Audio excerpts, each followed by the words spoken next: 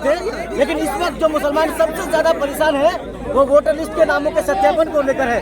Sir आप उसके बारे में नहीं बोले। ऐसा है कि मुसलमानों को वोटर लिस्ट में नाम रहने नहीं रहने से डरने की कोई जरूरत नहीं है।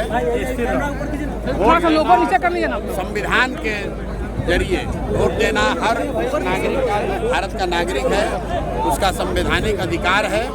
मैं मुसलमानों से इतना ही कहूँगा, ये मुसलमान और हिंदू का मामला नहीं है। बिहार में हर वो गरीब जिसके पास पेपर शायद न हो, हर वो व्यक्ति 50 लाख से ज़्यादा बच्चे बिहार से बाहर मजदूरी करते हैं, उसमें सभी जाति सभी धर्म के लोग हैं, सभी वर्ग के लोग हैं। इसलिए घबराने की ज़रूरत नहीं है।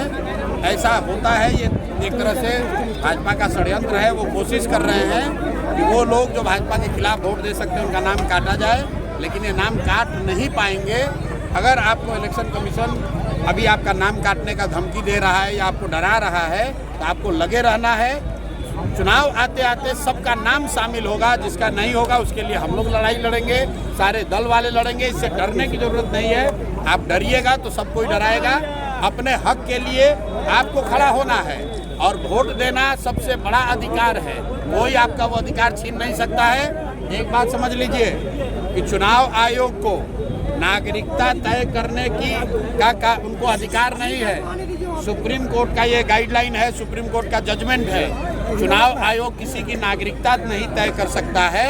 चुनाव आयोग का काम वोटर लिस्ट बनाना है, वोटर लिस्ट के जरिए चुनाव कराना है। अगर चुनाव आयोग ये कह रहा है कि वोटर लिस्ट ठीक नहीं है, तो चुनाव आयोग को जवाब देना है कि भाई 1.5 बरस पहले इसी चुनाव आयोग से पार्लियामेंट का चुनाव हुआ है, मोदी जी इसी वोटर लिस्ट से चुनकर प्रधानमंत्री बने हैं।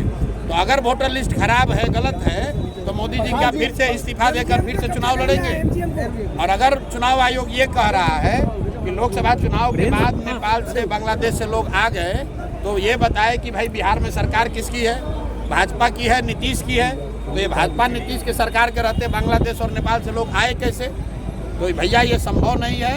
ये शुरुआती कीदड़ भभकी है, इससे डरने की जरूरत नहीं है। जिसका नाम भी कट रहा है वो लाकर आप मिलिए। रुको भाई, साहेब सूत्र की जो बात कर रहा है, अरे चुप रहो नहीं, हमारा जवाब देने से पहले आप ही पूछ लीजिए। चुनाव पहले जो बात है समझ लीजिए। जिसका नाम कट रहा है आप तुरंत हम लोग से संपर्क कीजिए।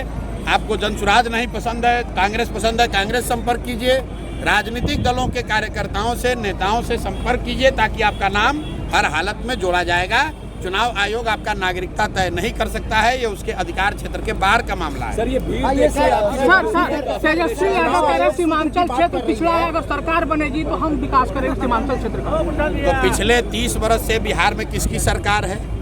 15 वर्ष लालू राबड़ी की सरकार थी, 3 वर्ष खुद तेजस्वी यादव डिप्टी सीएम थे। आप बताइए सीमांचल में एक भी बढ़िया स्कूल कॉलेज बनाया हो तेजस्वी यादव ने? तो राजद की सरकार ने यहाँ के बच्चों के लिए अगर पढ़ाई की व्यवस्था की हो, रोजगार की व्यवस्था की हो, यहाँ से पलायन रोकने के लिए कुछ काम किया हो? भाई 18 वर्ष कम थोड़ी ना होता है। 18 वर्ष जब आप सत्ता में थे तो सीमांचल के लोगों के लिए, युवाओं के लिए आपने क्या किया?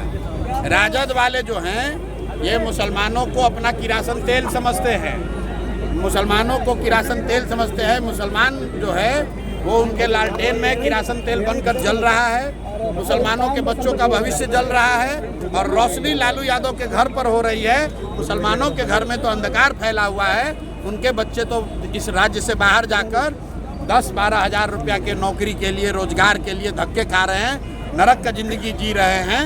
और मुसलमानों का वोट लेकर अपना लालटेन जला रहे हैं और अपने घर में रोशनी कर रहे हैं, वो हैं तेजस्वी यादव, लालू यादव। बिहार सरकार ने अगले 5 साल के में दिलीप जायसवाल एक बार भी नहीं बोला है। आप जो लगातार जो आरोप लगा रहे हैं जायसवाल साहब मुंह नहीं खोल रहे। दिलीप जायसवाल सुन लीजिए, चुनावी क्षेत्र में भाई दिलीप जायसवाल कहानी सुन लीजिए। ये जो है दिलीप जायसवाल बहुत बड़े